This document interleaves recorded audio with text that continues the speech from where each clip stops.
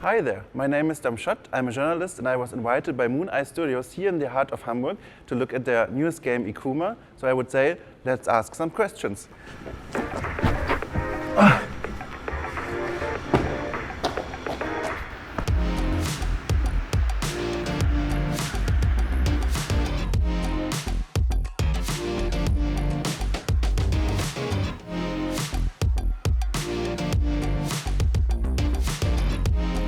Ekkuma is a narrative adventure set in the 1800s in the Arctic and looks quite fascinating to me.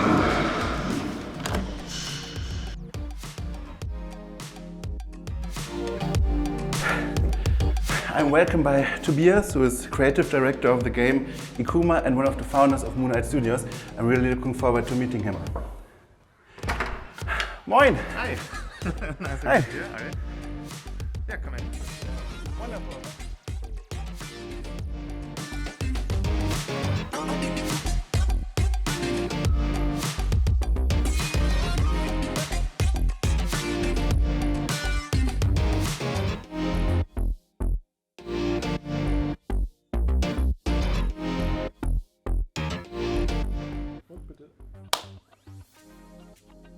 So what do you actually do in the game? So the core gameplay basically is still similar to Lost Ember, an exploration adventure. So it is based around exploring the world, finding its secrets, and following a story.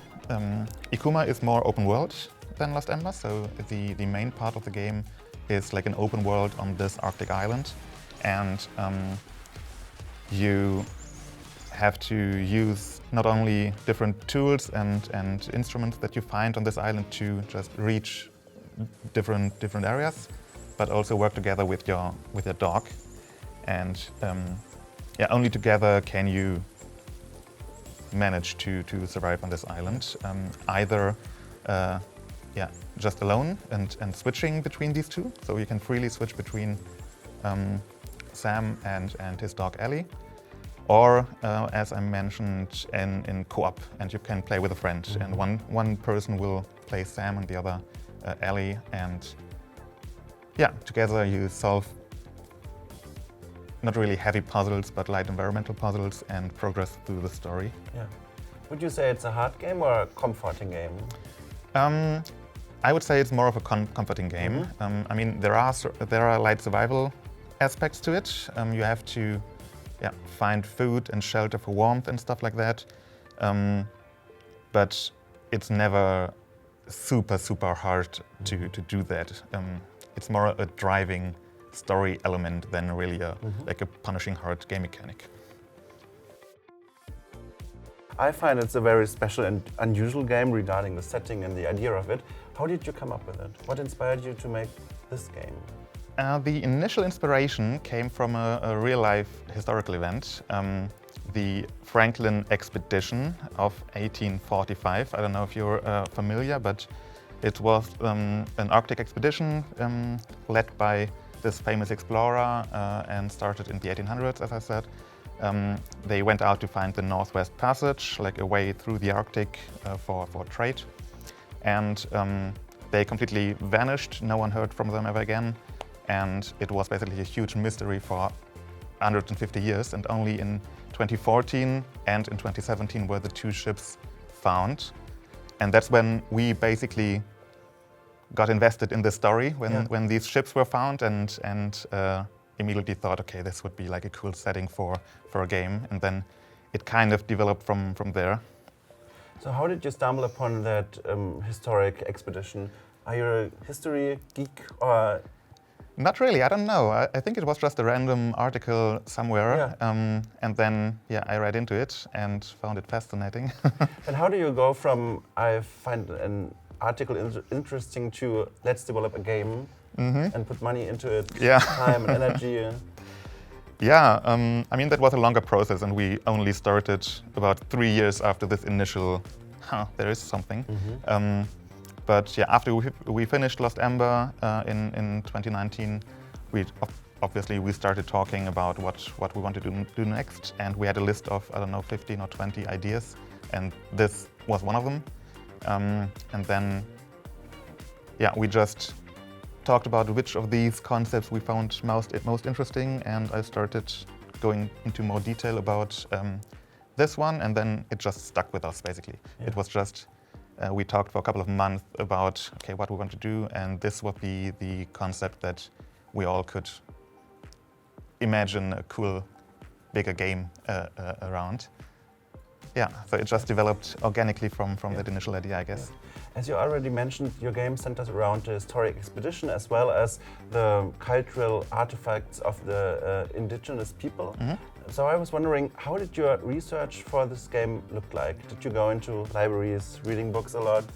Yeah, we read a lot of books about not only the historical events, the Franklin expedition, but also Inuit culture, Inuit people, and the mythology especially. So yeah, I would say the first year of development or concept finding was mostly just research and see what elements are there that we found interesting or fascinating and we could weave into the story. To me, Ikkuma looks like a very dreamy game, a dream-like game, but it sounds like there is a darker side to it, to the actual game. Yes, there is, certainly. But yeah, Ikkuma, it's not like a dark game per se. Yeah.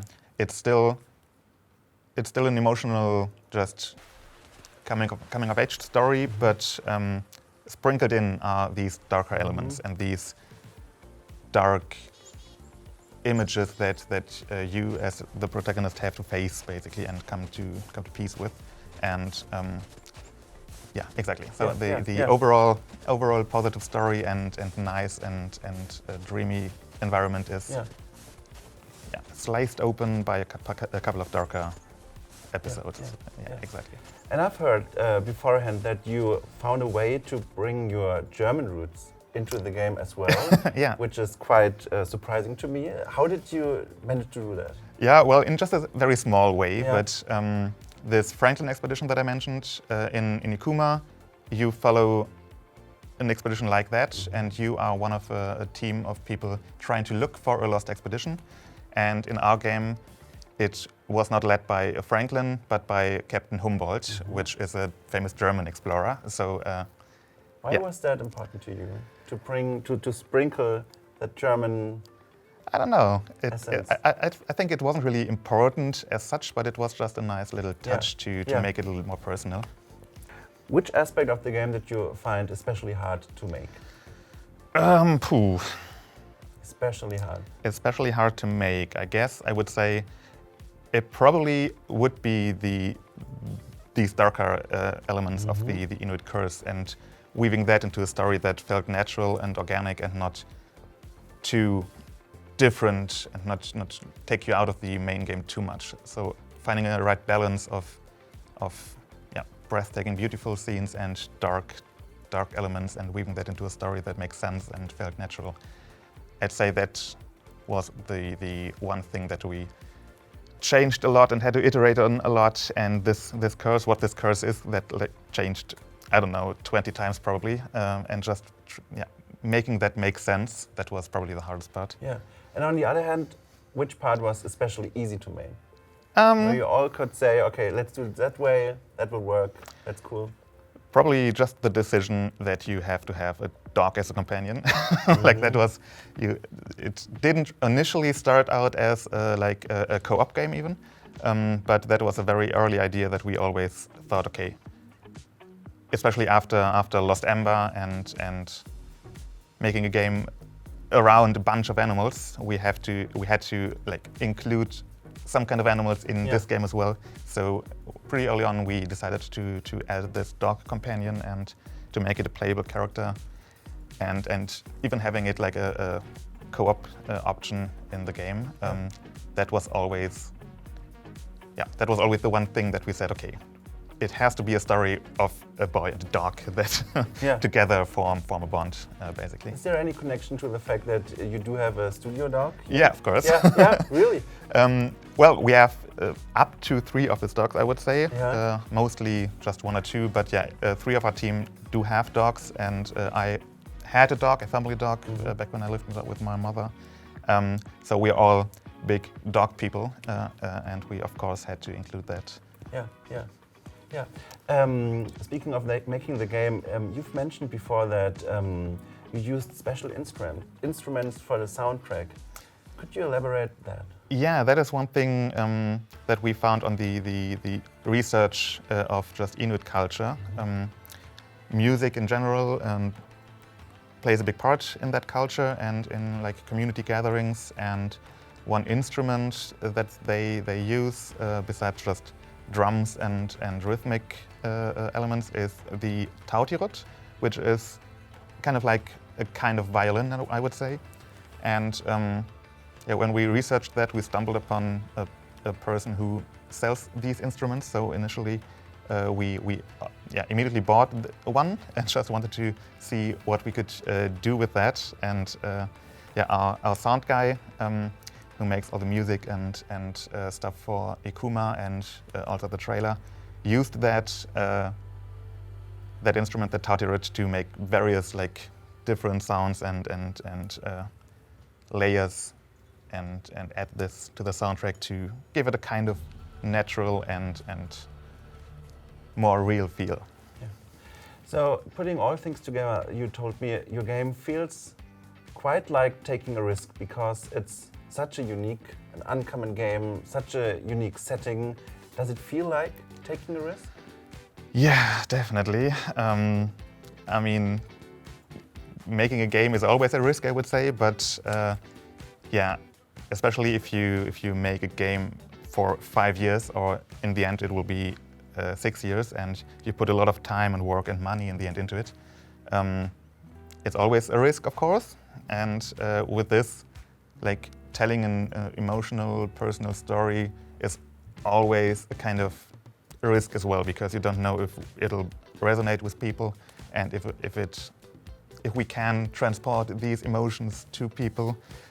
So yeah, it's definitely a risk, and I hope it'll work out in the end. Yeah. But that's why we were extremely nervous about this announcement and this, like, finally showing the world, this is what we've been working on and this is what we've been pouring our hearts into. And yeah, I'm really nervous to see the reactions of the world. Yeah. What do you wish for people saying after they played your game? What would you like to stuck with them?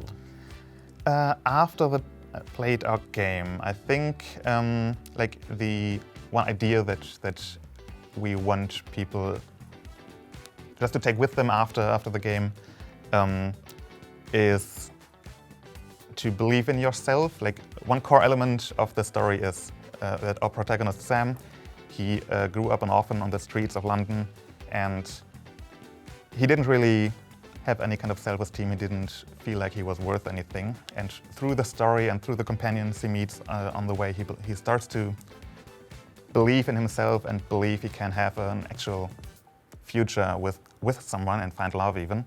So yeah, that's the core driving story element, I would say. Just believe in yourself. A question I was wondering all the time while I was traveling to your studio: how did you guys actually meet? The guys of the studio? Well, we met in university, where we studied game development, a Games Master program here in Hamburg.